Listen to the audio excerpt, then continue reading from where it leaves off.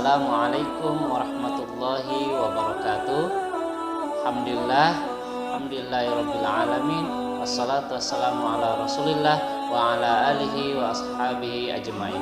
Rabbi shrah li sadri wa yassir li amri wahlul 'uqdatam min lisani yafqahu qawli. Segala puji bagi Allah Subhanahu wa taala, salam dan selawat kepada Nabiullah Muhammad sallallahu alaihi wasallam. Saya Aryadi SPDI. Hari ini kita akan belajar tentang pendidikan agama Islam. Fokus materi kita hari ini adalah mempelajari tentang akhlak terpuji. Apa saja akhlak terpuji yang akan kita pelajari?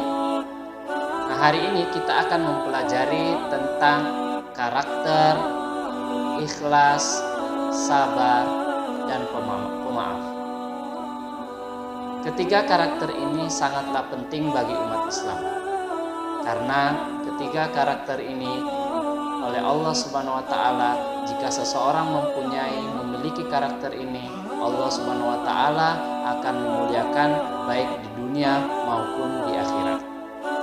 Nah, anak-anak sekalian, sebelum kita masuk pembelajaran tentang ikhlas, sabar, dan pemaaf, alangkah baiknya Bapak menyampaikan dulu tentang tujuan pembelajaran kita pada hari ini.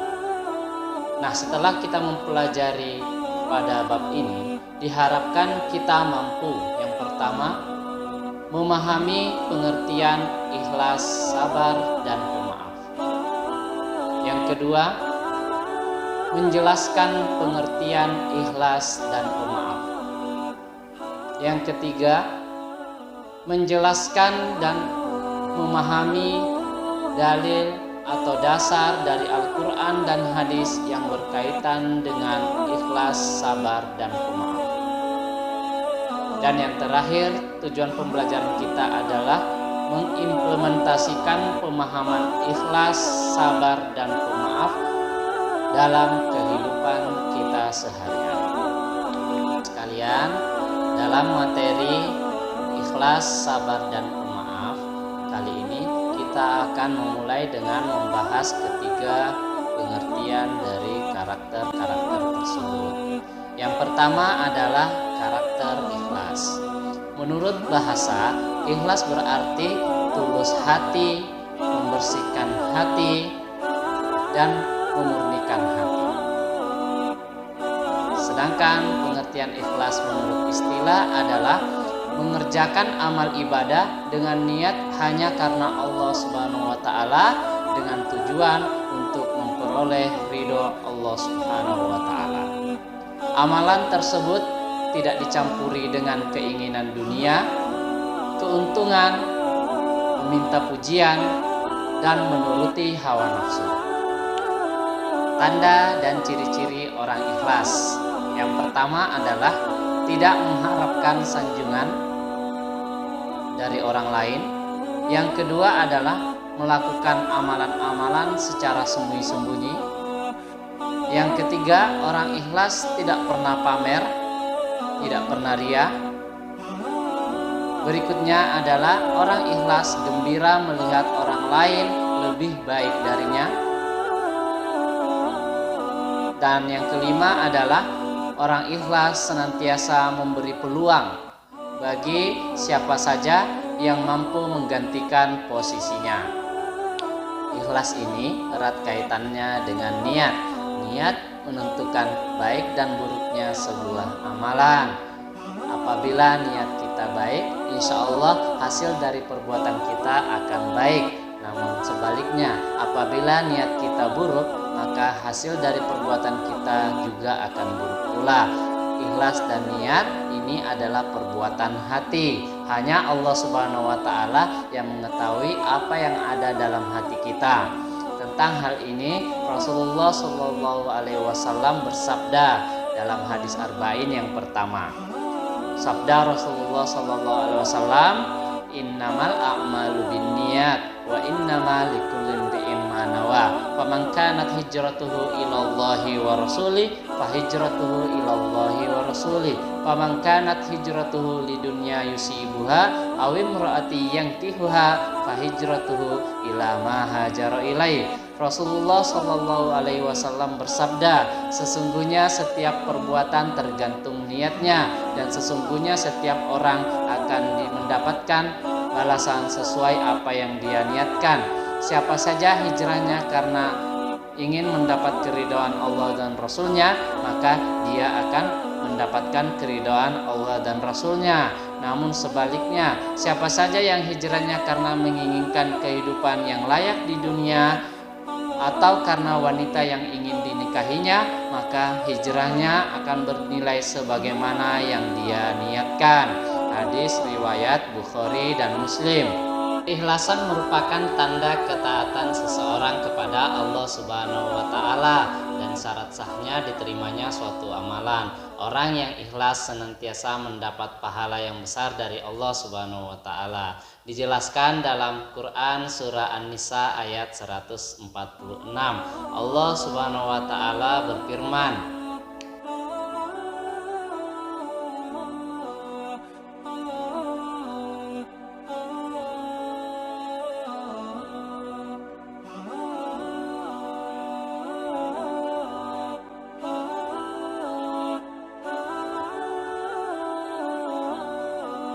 nah, anak-anak sekalian, ada permisalan yang sangat luar biasa.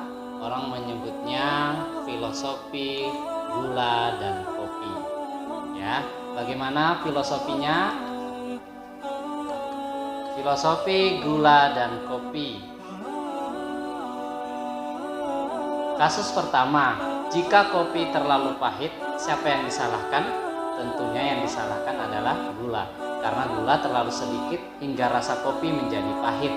Kasus kedua, jika kopi terlalu manis, siapa yang disalahkan?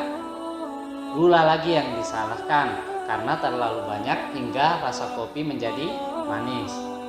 Berikutnya kasus yang ketiga, jika takaran kopi dan gula berimbang, kira-kira siapa yang dipuji?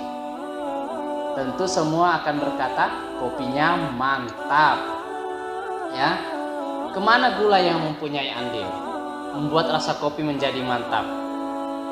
Mari ikhlas seperti gula yang tak terlihat tapi sangat bermakna. Gula pasir memberi rasa manis pada kopi, tapi orang menyebutnya kopi manis, bukan kopi gula. Ya, gula pasir memberi rasa manis pada teh, tapi orang menyebutnya teh manis, bukan teh gula. Orang menyebut roti manis, bukan roti gula. Orang menyebut sirup pandan, sirup apel, sirup jambu, dan yang lainnya, padahal bahan dasarnya adalah gula. Tetapi gula tetap ikhlas larut dalam memberi rasa manis. Akan tetapi apabila berhubungan dengan penyakit, ya, barulah gula disalahkan, disebutlah penyakit gula. Ya, begitulah hidup. Kadang kebaikan yang kita tanam tak pernah disebut orang, tapi kesalahan akan dibesar-besarkan. Ikhlaslah seperti gula, larutlah seperti gula, tetap semangat memberi kebaikan, tetap semangat menebar kebaikan, karena kebaikan tidak untuk disebut-sebut, tapi untuk dirasakan. Teruslah berbuat baik, dan mari kita minum kopi. Akhlak terpuji yang kedua yang kita pelajari adalah tentang sabar. Sabar menurut bahasa artinya tahan menghadapi cobaan, tabah, tidak lekas marah, tidak lekas putus asa. Nah, menurut istilah, sabar ialah menahan diri dari segala sesuatu yang tidak disukai karena mengharap keridhaan Allah Subhanahu wa Ta'ala. Dr. Ahmad Farid menyebutkan dalam bukunya Tazkiyatun Nufus, sabar dibagi menjadi 3 bagian. Sabar yang pertama adalah sabar ala ta'at, yakni sabar dalam menjalankan perintah Allah Subhanahu wa Ta'ala. Dalam hal beribadah kepada Allah diperlukan kesabaran yang besar karena banyaknya rintangan yang menggoda seperti rasa malas, mengantuk, dan kesibukan-kesibukan lainnya yang membuat kita lalai dalam beribadah. Sabar yang kedua adalah sabar ala musibah, yakni sabar menghadapi ujian atau cobaan dari Allah Subhanahu wa taala seperti lapar, haus, rasa sakit, dan kerugian harta. Musibah merupakan ujian dari Allah Subhanahu wa taala yang harus diterima dengan tetap sabar dan memohon kepada Allah agar diberi jalan keluar. Allah Subhanahu wa taala tidak akan memberikan kepada hambanya cobaan melebihi kemampuan yang hambanya bisa terima. Sabar yang ketiga adalah sabar anil maksiat, yakni sabar menjauhi larangan Allah Subhanahu wa taala dan senantiasa melawan segala keinginan hawa nafsu. Sesungguhnya nafsu hanya memerintahkan manusia untuk melakukan keburukan seperti mencuri, berbohong, membicarakan keburukan orang, dan makan makanan yang haram. Dalam surah Al-Baqarah ayat 153 dijelaskan, Allah Subhanahu wa taala berfirman, "A'udzubillahi minasyaitonirrajim. Bismillahirrahmanirrahim. Ya ayyuhalladzina amanu ista'inu bis-sabri was-shalah innallaha ma'as-sabirin." Yang artinya, wahai orang-orang yang beriman, mintalah pertolongan kepada Allah dengan bersabar dan dengan mengerjakan sembahyang, karena sesungguhnya Allah bersama orang-orang yang sabar. Kalian tentang sabar ini ada kisah singkat yang akan sampaikan, yaitu tentang kisah Rasulullah dengan pengemis buta Yahudi, ya, yang mana di sudut pasar di kota Madinah ada seorang pengemis buta yang setiap harinya ketika ada orang melewati pasar tersebut, si pengemis selalu berteriak dan mengatakan, "Wahai sekalian manusia, saya ingatkan kepada kalian, jangan sekali-kali kalian mendekati Muhammad. Dia itu adalah pembohong, dia adalah pendusta, dia adalah tukang sihir dan lain-lain sebagainya. Cacian dan fitnahan dia senantiasa lontarkan untuk menggambarkan Nabi Muhammad SAW yang memiliki akhlak yang tidak baik." Nah, setiap hari seperti itu. Nah, Rasulullah SAW setiap hari, setiap pagi selalu membawa makanan dan selalu mengunjungi pengemis yang suka berteriak-teriak tadi. Tanpa berkata apa-apa, Nabi selalu mendatangi pengemis tersebut. Kemudian Nabi memberikan makan, menghaluskan makanannya, menyuapinya, ya.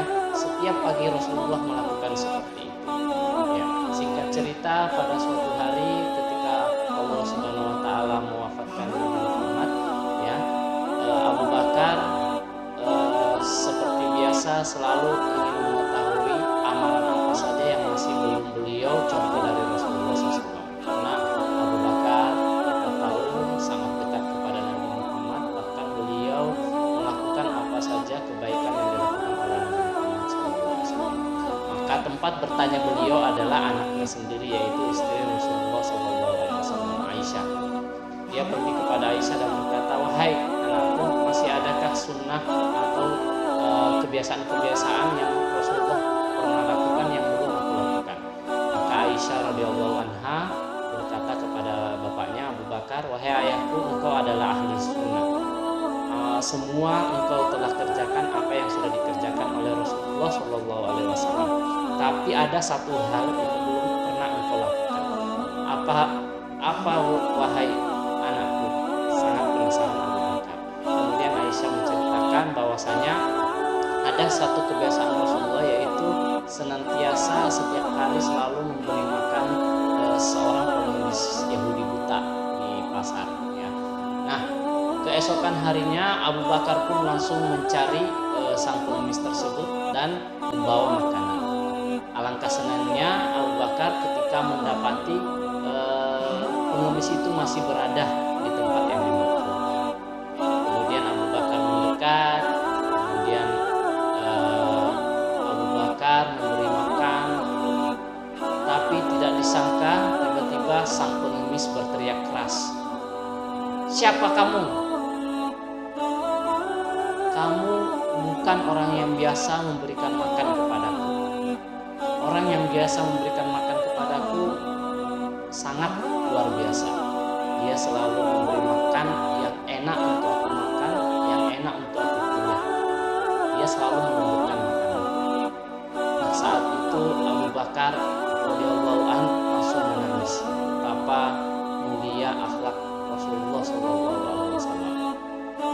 Dan kemudian Abu Bakar pun menjelaskan mengenai wafatnya Rasulullah dan memberi kabar bahwasanya orang yang selama ini mendatangi pengemis tersebut kini telah tiada. Saat itu pula sang pengemis menangis, mengetahui bahwa selama ini orang yang dia hina, orang yang dia fitnah, orang yang dia caci ternyata adalah Rasulullah itu sendiri. Orang yang setiap pagi memberikan makan kepadanya. Dan ketika dia mengetahui Rasulullah SAW sudah tidak ada lagi, dan dia mengetahui kabar itu dari Abu Bakar, saat itu pula sang pengemis buta Yahudi bersaksi di hadapan Abu Bakar radhiyallahu anhu dan masuk Islam. Inilah kisah sabar yang luar biasa dari Rasulullah SAW. Begitu beliau difitnah, dicaci oleh seseorang, beliau tidak membalasnya dengan hal yang serupa atau tidak dendam, tapi beliau membalas dengan kebaikan, ya. Dan pada akhirnya kita ketahui bersama bahwasanya sang pengemis tadi akhirnya masuk Islam. Beginilah akhlak Rasulullah SAW. Sifat terpuji yang ketiga adalah pemaaf. Pengertian pemaaf. Pemaaf adalah rela memberikan maaf kepada orang lain yang pernah menyakitinya. Pemaaf merupakan salah satu perbuatan terpuji yang harus dimiliki oleh setiap orang. Tidak ada seorang pun di dunia ini yang tidak pernah salah atau khilaf. Akan tetapi sebaik-baiknya manusia adalah mereka yang mau bertobat kepada Allah Subhanahu wa taala dengan sungguh-sungguh tobat atau tobatan nasuha. Apabila ia melakukan kesalahan kepada orang lain, maka ia akan segera meminta maaf kepadanya. Memaafkan kesalahan orang lain meskipun sanggup membalasnya dengan yang setimpal adalah suatu sifat baik yang harus dimiliki oleh setiap orang beriman. Orang yang kuat bukanlah orang yang dapat mengalahkan lawannya, tetapi orang yang kuat adalah orang yang dapat menahan amarah dan mau memaafkannya. Dalam surah Ali Imran ayat 134, Allah Subhanahu wa taala berfirman, A'udzubillahi minasyaitonirrajim. Bismillahirrahmanirrahim. Alladzina yunfikuna fis-sarra'i wad-dharra'i wal kadhiminal ghaidh wal 'afina 'anil nas wallahu yuhibbul muhsinin. Yaitu orang-orang yang menafkahkan hartanya baik di waktu lapang maupun sempit, dan orang-orang yang menahan amarahnya dan memaafkan kesalahan orang lain. Allah menyukai orang-orang yang berbuat kebajikan. Surah Ali Imran ayat 134. Kalian tentang sikap pemaaf ini, lagi-lagi Rasulullah Shallallahu Alaihi Wasallam dalam sebuah kisah, ya, kisahnya teladan dari Rasulullah, ya, yaitu bersama dengan seorang wanita tua Yahudi, ya, yang mana Rasulullah SAW menunjukkan sikap pemaafnya. Setiap saat wanita tua ini senantiasa selalu menghina, ya, mencaci Rasulullah SAW, bahkan meludahi Rasulullah SAW. Beliau tidak pernah membalas, ya, beliau tidak pernah mendendam kepada wanita tua tersebut. Suatu ketika Rasulullah SAW berjalan, kemudian tidak dijumpainya lagi wanita yang sering menyakiti beliau, yang pernah meludahi beliau.